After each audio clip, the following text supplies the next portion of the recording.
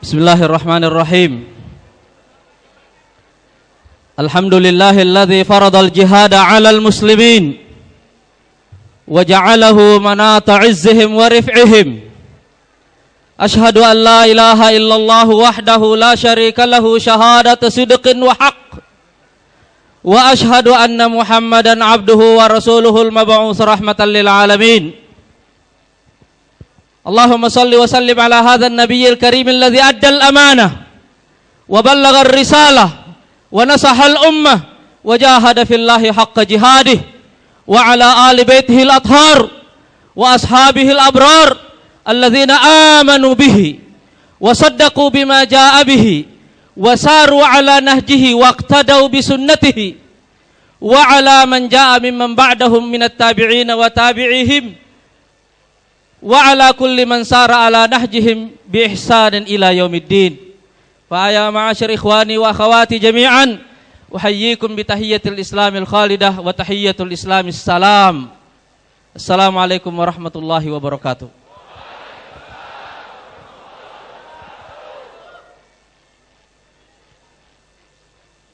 Kalimat pertama yang ingin saya sampaikan kepada kalian semua adalah bahwa saya mencintai kalian semuanya. Inni uhibbukum fillah. Atas nama cinta ini pula lah kita berkumpul pada sore hari ini di gedung ini. Saya juga ingin menyampaikan salam cinta dari Ketua Majelis Syura Ustadz Hilmi Aminuddin kepada antum semuanya. Juga salam cinta dari Ustadz Lutfi Hasan Ishak kepada antum semuanya. Kita berdoa semoga Allah Subhanahu wa taala memudahkan urusannya. Pada orasi pertama, saya telah menyampaikan 3 syarat untuk keluar dari situasi berat ini. Yang pertama adalah al-isti'anatu billah, meminta pertolongan kepada Allah. Yang kedua adalah tausiqul ukhuwah, memperkuat ukhuwah. Yang ketiga adalah al-juhdul mutawasil, kerja keras. Kemudian di Bandung dan di Medan, saya juga telah menyampaikan 3 sumber inspirasi untuk keluar dari kemelut. Yang pertama adalah dari kisah Nabi Yusuf waktu beliau ada di dalam sumur. Supaya antum semua tahu bahwa jarak antara sumur dan istana itu dekat insya Allah. Yang kedua adalah kisah Rasulullah Sallallahu Alaihi Wasallam dalam 3 situasi. Yang pertama ketika Khadijah dan Abu Talib wafat, dan betapa tertekannya beliau dengan peristiwa itu, sampai-sampai para sejarawan menyebut tahun itu sebagai Amul Huzn, tahun kesedihan. Yang kedua adalah kekalahan yang diderita oleh kaum muslimin dalam perang Uhud dan langkah menyerang kabilah-kabilah di sekitar Madinah yang dilakukan oleh Rasulullah sallallahu alaihi wasallam 3 hari setelah kekalahan itu, supaya seluruh kabilah di sekitar Jazirah Arab, di sekitar Madinah dan di seluruh Jazirah Arab jangan pernah ada yang berpikir bahwa kekalahan ini membuat kita lemah. Karena itu digempur duluan, persis 3 hari setelah kekalahan itu. Dan syarat yang ketiga, sumber inspirasi yang ketiga adalah saya menganjurkan antum semuanya menonton film Mission Impossible yang keempat. Karena kita akan menghadapi pemilu yang keempat insya Allah. Ghost Protocol. No plan, no backup, no choice. Sudah nonton? Sudah ada yang angkat tangan tuh. Malah akhwat yang angkat tangan ya. Pada kesempatan ini ikhwas sekalian, saya ingin menyampaikan 3 prinsip tentang cara kita keluar. Prinsip yang pertama adalah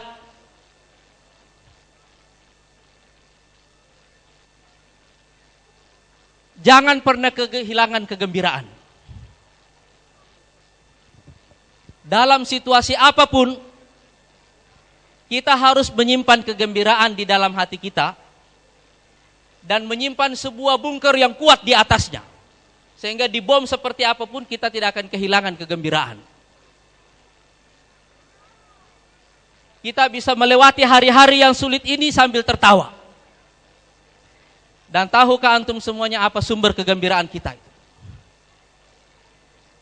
Karena musibah ini, cobaan ini adalah isyarat dari Allah Subhanahu wa taala bahwa kita akan naik kelas. Itu sebabnya saya juga mengingatkan antum kepada logo Nike itu. Bahwa sejarah PKS di Indonesia pada hari ini dan sejak peristiwa ini terjadi itu persis akan terjadi seperti itu. Nah, ikhwas sekalian, di dalam kaidah fikih ada kaidah yang mengatakan begini. Al-amru idza daqat tasa' wa idza tasa'a daq. Urusan itu kalau menyempit meluas. Kalau meluas menyempit.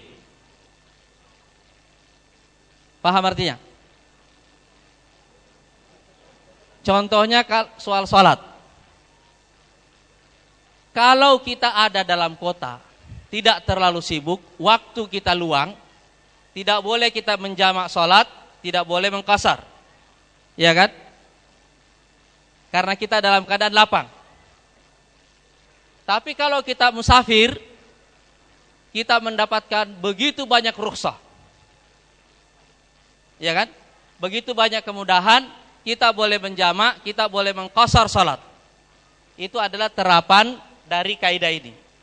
Al-amru idza daqat tasa' wa idza tasa'a daq. Urusan itu kalau menyempit dia meluas dan kalau meluas dia menyempit. Jadi waktu kita kepepet, disitulah letaknya peluang itu. Waktu kita terjepit, disitulah Allah Subhanahu wa taala membuka peluang.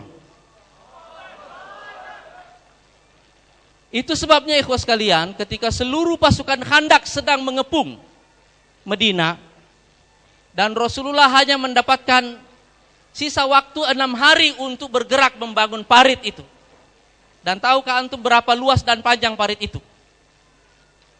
Berapa luas dan dalamnya, lebar dan dalamnya? Lebarnya 6 meter, dalamnya 3 meter, dan harus menutupi setengah kota Madinah. Dan harus selesai dalam waktu 6 hari, di tengah musim dingin. Bisakah antum membayangkan? Yang akan mereka lawan ini adalah 10.000 pasukan. Koalisi dari seluruh pasukan Quraisy. 4.000 dari Quraisy dan sisanya 6.000 dari seluruh kabilah dari seluruh jazirah Arab. Begitu tegangnya situasi ini, sampai-sampai Allah Subhanahu wa taala menurunkan satu surat dalam Al-Qur'an yang disebut dengan suratul Ahzab. Tahu artinya Al-Ahzab? Partai-partai. Saya ulangi kembali, nama suratnya Al-Ahzab. Partai-partai.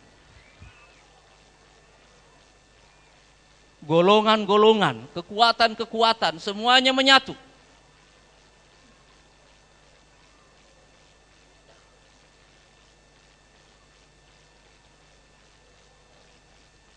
Dan luar biasa efek tekanan jiwanya bagi kaum muslimin ketika itu.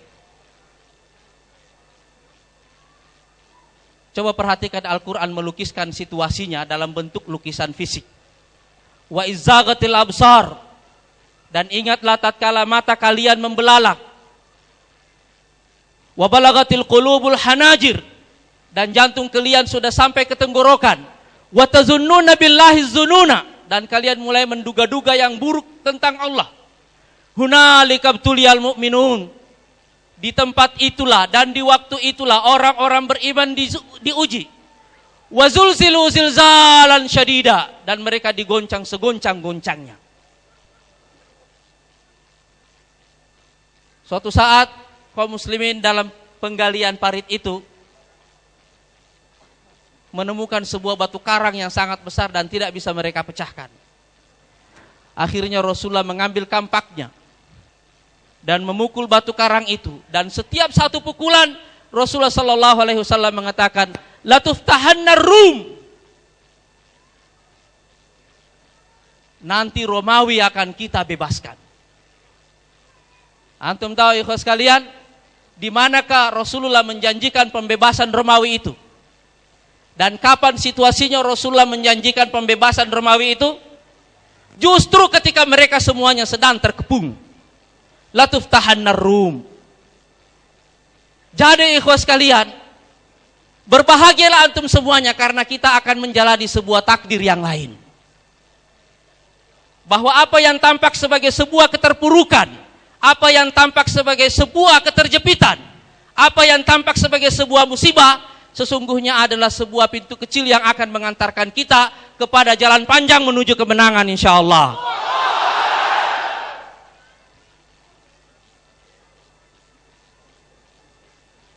Jadi kita harus mempertahankan harapan kita, optimisme kita, kegembiraan kita itu. Jangan pernah membiarkan orang lain membuat kita sedih.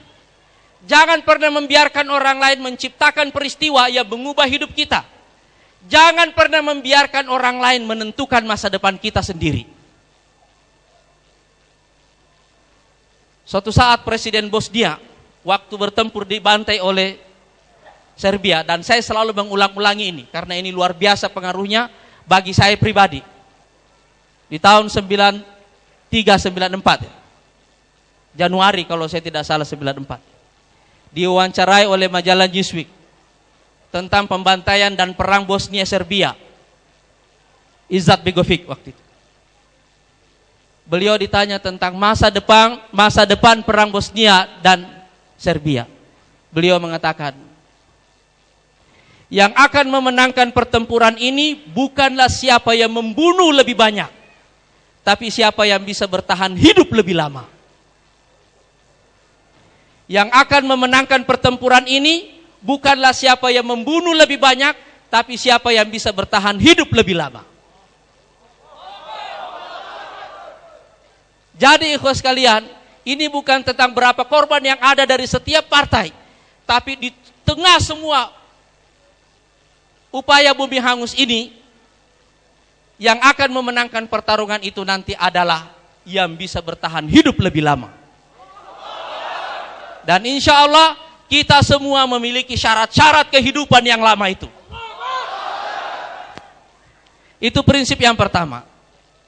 Prinsip yang kedua ikhwas sekalian, berpikirlah dengan cara yang tidak dipikirkan oleh lawan-lawan kalian.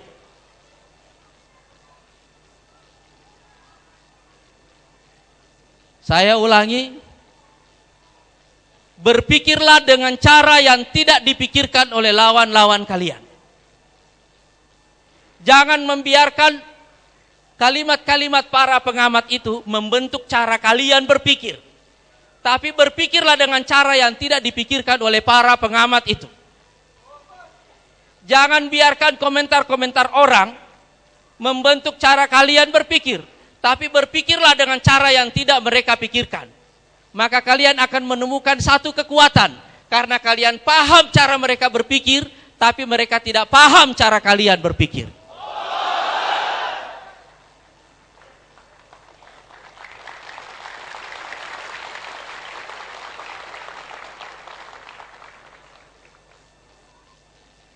Itulah rahasia kejeniusan Khalid bin Walid dalam perang Yarmuk. 36.000 pasukan melawan 40.000.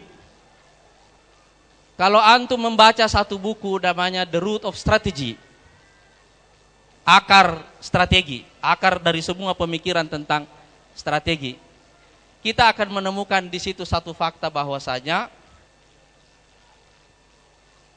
strategi perang konvensional itu pertama-tama diwariskan oleh orang-orang Romawi. Orang-orang Arab yang berperang melawan Romawi ini tidak punya pengalaman bertempur melawan pasukan konvensional seperti itu. Tidak punya. Pengalaman mereka gerilya.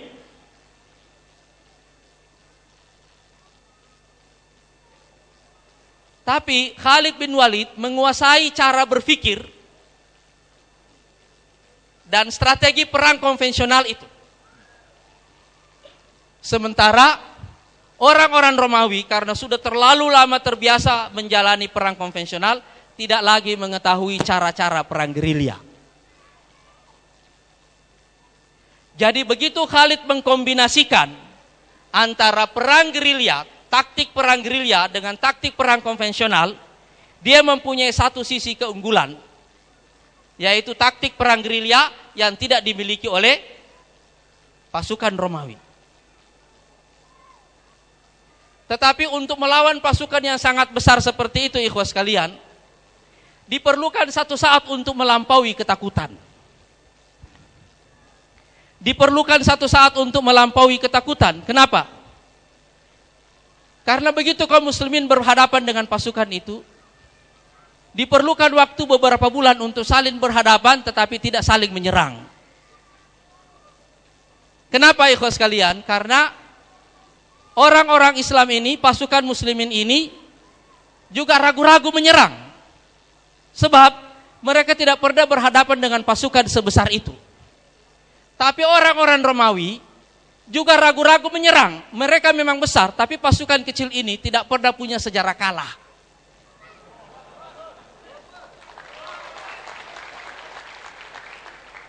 Jadi begitu Khalid bin Walid datang, dia membaca situasi jiwa ini, dia segera mengambil aturan. Kita gantian jadi komandan pasukan.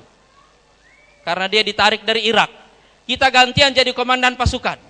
Dan sekarang kita putuskan kita yang akan memulai menyerang. 1 bulan persiapan, bulan depan kita menyerang. Dalam pidato penyerangan itu Khalid bin Walid mengatakan, "Ya ma'syaral muslimin, hadza yaumun min ayyamillah." Ini adalah satu hari dari sekian banyak hari-hari Allah. Akhlisu fihi jihadakum lillah. Ikhlaskanlah jihad kalian untuk Allah Subhanahu wa taala. Selanjutnya Khalid mengatakan, dan yang ingin saya garis bawahi, daripada kalian sibuk menghitung jumlah musuh kalian, lebih baik kalian sibuk menyembelih leher-leher musuh kalian. Barulah perang dimulai. Dan mereka menuntaskan perang itu. Khalid berpikir dengan cara yang tidak dipikirkan oleh orang-orang Romawi. Kalau kita ingin mengalahkan yang besar-besar, berpikirlah dengan cara yang tidak dipikirkan oleh yang besar-besar itu. Itu sebabnya saya juga mengatakan, kalau kita ingin berpikir dengan cara yang tidak besar, yang tidak dipikirkan orang lain, kita mesti punya keberanian untuk menjadi sendiri. To stand alone. Untuk berdiri sendiri dan tidak sama dengan orang lain sama sekali. Makanya saya juga menganjurkan Anda coba-coba cari inspirasi dari Gangnam Style itu. Hah? Tidak jelas koreografinya, tapi yang jelas 1 miliar yang mengklik itu tontonan, ya kan? Kalau dia ikuti Justin Timberlake, mungkin dia tidak akan sama indahnya. Dan di sini memang tidak perlu soal indah-indah itu. Yang penting rame. Urusannya apa penunggang kuda itu menari itu? Nggak ada urusannya. Tapi rame. Dan kita akan menempuh jalan-jalan yang tidak ada dalam metode untuk memahami cara kerja partai-partai. Kita akan menempuh jalan itu insya Allah. Jadi ikhwas sekalian, bersiaplah untuk berbeda. Bersiaplah untuk menjadi sendiri. Bersiaplah untuk tidak sama sekali dengan orang lain. Siap? Siap? Siap? Allahu Akbar. Allahu Akbar. Allahu Akbar. Allahu Akbar. Yang ketiga ikhwas sekalian, itu adalah kita harus mempunyai mindset penyerang. Bukan mindset bertahan. Kita belajar dari khalifah pertama Abu Bakar. Begitu Rasulullah SAW wafat, wafatnya Rasulullah ini itu sudah masalah besar bagi kaum muslimin. Masalah kedua adalah pemilihan pemimpin, itu juga masalah besar bagi kaum muslimin. Tetapi masalah ketiga muncul, yaitu pemberontakan kaum Riddah. Sementara Rasulullah punya wasiat untuk mengirim pasukan Usama. Sehingga datanglah seluruh sahabat Rasulullah untuk merayu Abu Bakar agar tidak memerangi kaum Riddah itu. Hanya mengirim pasukan Usama, tetapi tidak melakukan perang kepada kaum Riddah. Tapi Abu Bakar menjawab, pasukan Usama ini harus berangkat. Karena ini adalah wasiat Rasulullah. Dan semua yang sudah diwasiatkan oleh Rasulullah harus saya laksanakan. Adapun pasukan Riddah ini juga harus kita perangi. Karena dia akan mengurangi satu bagian dari ajaran Islam. Siapapun yang ingin mengurangi satu bagian dari ajaran Islam itu, pasti akan saya perangi. Tapi kaum sahabat terus-menerus merayu Abu Bakar untuk tidak melakukan itu. Bahkan yang paling kuat merayu beliau adalah Umar bin Khattab. Sampai-sampai Abu Bakar melompat dari tempat duduknya, lalu menarik janggut Umar bin Khattab dan mengatakan kepada beliau, "Ajabbaron fil jahiliyati wa jabadun fil islami ya Umar." Apakah kamu akan menjadi jagoan waktu zaman jahiliyah lalu menjadi pengecut di zaman Islam? Wallahi, law lam yakun minal muslimin man yuharibuhum illa jundun wahid falyakun ana dzalikar rajul. Demi Allah, kalau tidak ada dari kaum muslimin yang akan memerangi orang Riddah itu kecuali hanya satu orang prajurit, maka sayalah prajurit itu. Otak ekspansi.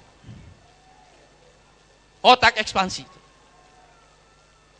Antum perhatikan, otak ekspansi. Jadi ikhwas sekalian, kita hanya akan menang kalau di dalam benak kita setiap hari hanya ada satu kata, ekspansi. Hanya ada satu kata, menyerang. Insya Allah kita akan menang. Jadi kalau kita punya optimisme yang besar dan kita berpikir dengan cara yang tidak biasa dan kita punya otak sebagai penyerang, insya Allah kita memiliki 3 prinsip untuk memenangkan pertempuran ini tahun 2014 insya Allah. Saya mau tanya antum semuanya, antum yakin? Yakin? Yakin? Yakin? Allahu Akbar! Allahu Akbar! Allahu Akbar! Allahu Akbar! Allahu Akbar! Allahu Akbar! Allahu Akbar! Allahu Akbar! Allahu Akbar! Allahu Akbar! Allahu Akbar! Allahu Akbar! Allahu Akbar! Allahu Akbar! Assalamualaikum warahmatullahi wabarakatuh.